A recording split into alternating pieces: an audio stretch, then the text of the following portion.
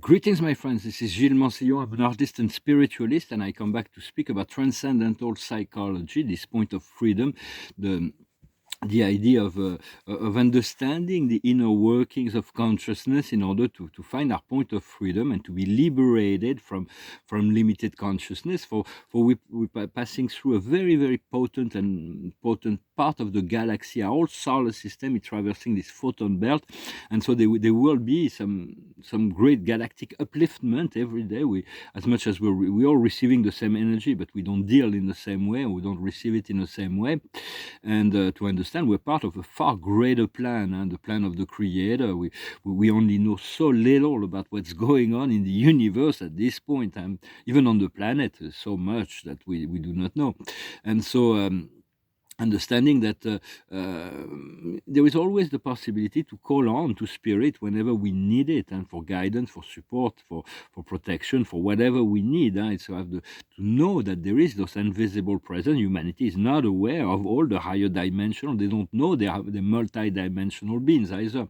So this will be part of the next process to reveal that to the great collective consciousness, understanding all that is negative come from the lower part, the ego, the false self, and everything that comes from that is really positive come from the soul, from the God self, and for those forces are complementary. For we have a divine and a human part. The more our divine part is being integrated, the more human we become, and the more loving, kind, and understanding we become as well. But we're getting access. We're going to get access to we're getting more and more access to higher function of the physical human body. For the Buddha demonstrated that the body has a lot of hidden power, many others as well. For we're always channeling energy, frequencies of energy, whether they're positive or negative, high or low. And for that, we want to start to become more master of our own frequency, to be able to, with our mind, to determine what we empower. And it is important to learn to accept, to explore the astral realm. I hear a lot of people, they say, I'm on 3D, I want to go directly into 4D, I don't want to pass through the fourth dimension, but it wouldn't work like that. And you can touch upon it, but we have to face all of the subconscious, the shadows and light that we've been projecting. The fourth dimension is where all is created, every desire, every thought, every imagination, everything.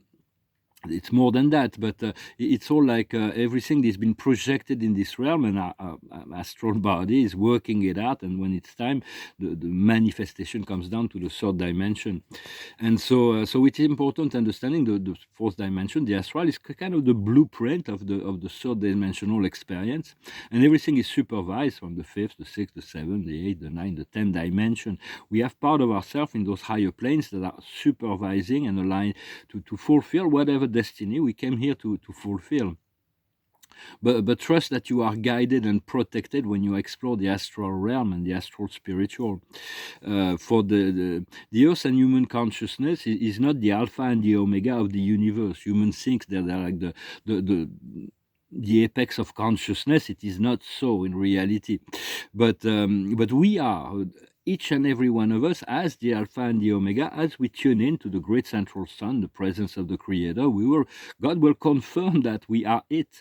But it's not like this collective ego is not it. So just we're just getting to the point where we are completely able, we're fully more able to get the guidance from within, the direction from within, rather than to be submitted to the other people's opinion, which doesn't mean we don't want to listen to everyone, what everyone has to say, but understanding also that everything on this side of the veil, we call veil, is conditioned by time. It's all very linear. We're entrapped, encapsulated within a physical body, and we do not have a choice on that level. So we may as well accept it, and realizing that we align to the non-temporal, through the vertical axis, we're starting drawing on energy from the non-temporal. From a cosmic standpoint, time is really different. It's just cycle of consciousness and energy that evolve and grow, and so following different past line in relationship to the will of the person that is creating this timeline.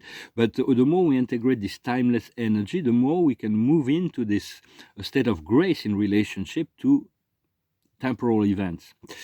So it is really tune into your heart and continue to align this mental, physical, emotional, and astral bodies. They need to all be healed. They need to all be filled with light. Each of the chakras needs to receive each of the 7 ray, so that open to the 5 higher rays of the creator consciousness. Um, for there are many sacred energy. The body becomes the body is actually alone. It's alone from the Holy Spirit that is doing this self-study, is studying himself, herself, itself.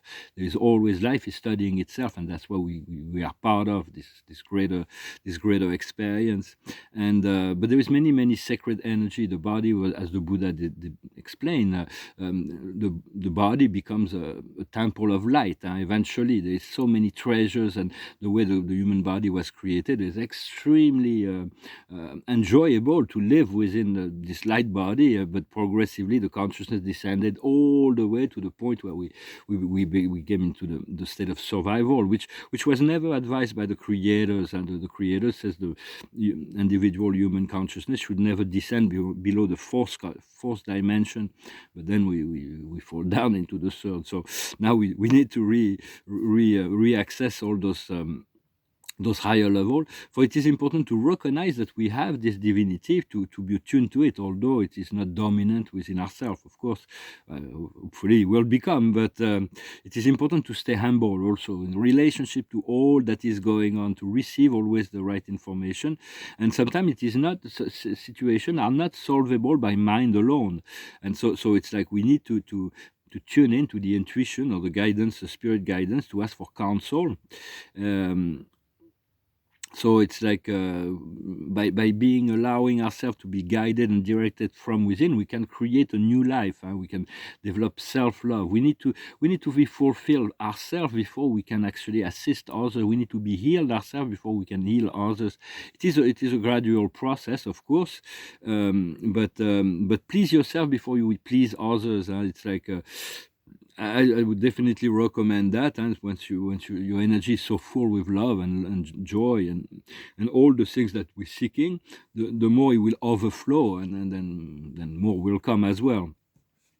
One of the big problems in human society is the sense of competition. Everybody enjoy this competition. Or in sports, I can understand, but there's people that are competing for power, that are competing for wealth, that are competing for celebrity.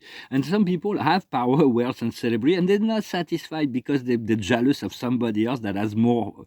So it's like completely incomprehensible. Not incomprehensible, but it sounds a little bit limited. Once you're provided with all you need, you shouldn't have to want to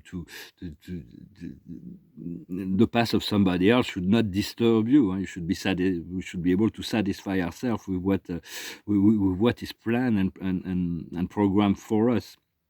But the best way not to get in, nobody can compete with you if you do not compete with the world. So that's from the Lao Tzu, from the great book of wisdom, the Tao Te Ching, where it's like if you're not in competition with anyone, you just things come to you. You don't have to compete. You don't have to.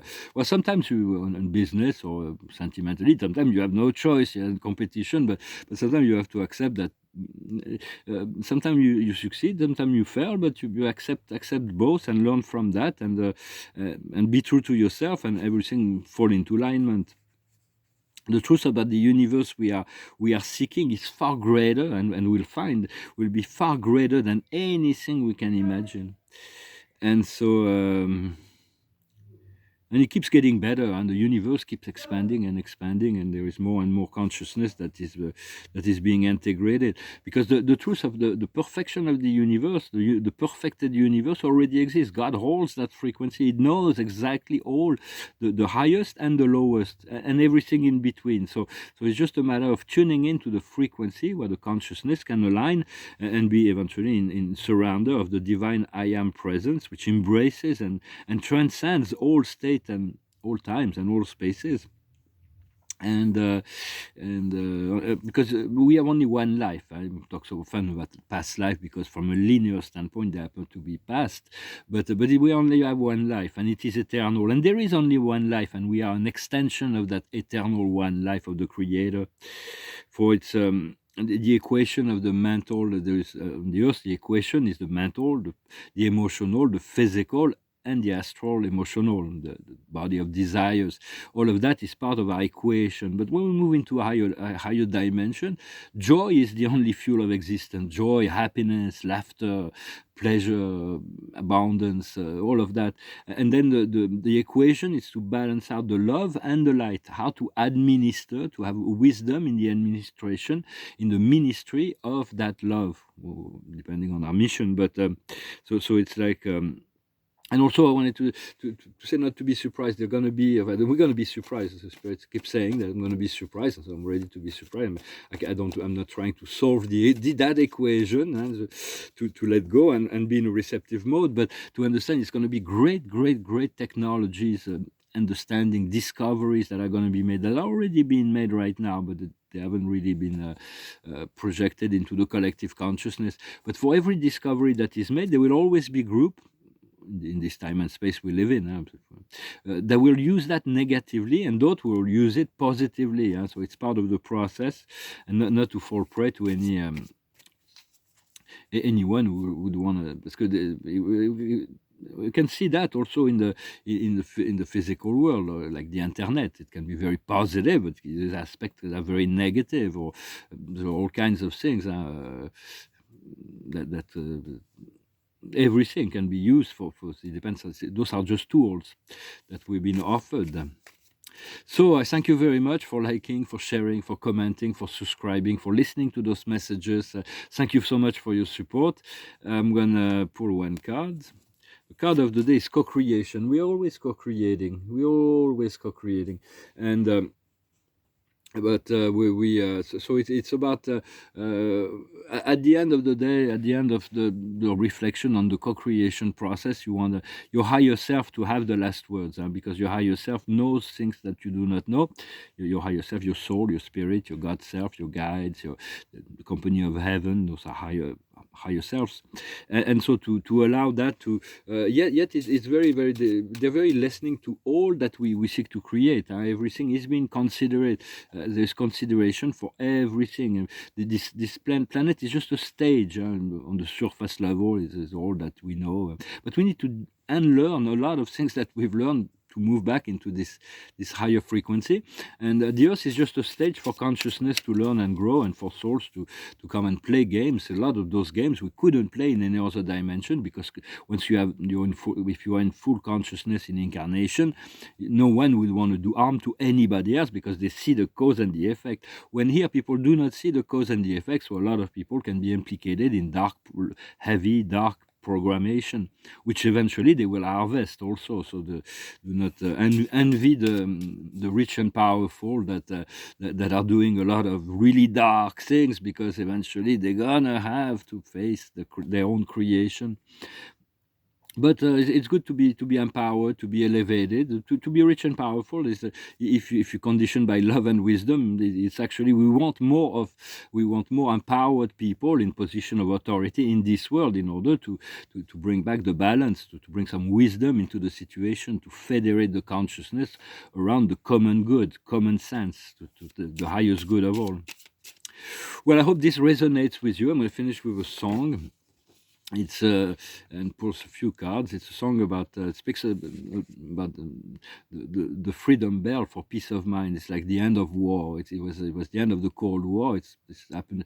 The story happens in Moscow. I was watching a video about Moscow. I was surprised how clean this city is. It's so beautiful. It's such a beautiful place. How clean it is. On the subway, you can eat on the floor. There is not a single piece of trash on the floor. When we look at France here, it's like, whoa. It's like people are more conscious, maybe more respectful. But then every country will have to do some work to reinvent themselves constantly, and it's going to be a rebirth for every culture. Is going to have to eliminate all kinds of things, and to reinvent themselves into a new higher format. So the song goes like this. So it's called the wind of change, but it's actually, there is this tornado of change that is coming. It's the greatest evolutionary change that humanity has ever come to know in this planet during our generations, the coming generations, and the past generations as well. But it's very powerful change that we're going through, and so be ready for that which is the greatest possible outcome for yourself, to just continue to inform the universe of your, for their intelligence that are always listening to what what we think, and so just continue to work with your invisible, your connected self. Song goes like that. I followed the Mosva and down to Gorky Park, listening to the wind of change. An August summer night, soldiers passing by, listening to the wind of change. The world is closing in, and did you ever think that we could be so close, like brothers? The future's in the air, can feel it everywhere, blowing with the wind of change. Take me to the magic of the moment on a glory night, where the children of tomorrow dream away in the wind of change. Walking down the street, distant memories are buried in the past forever.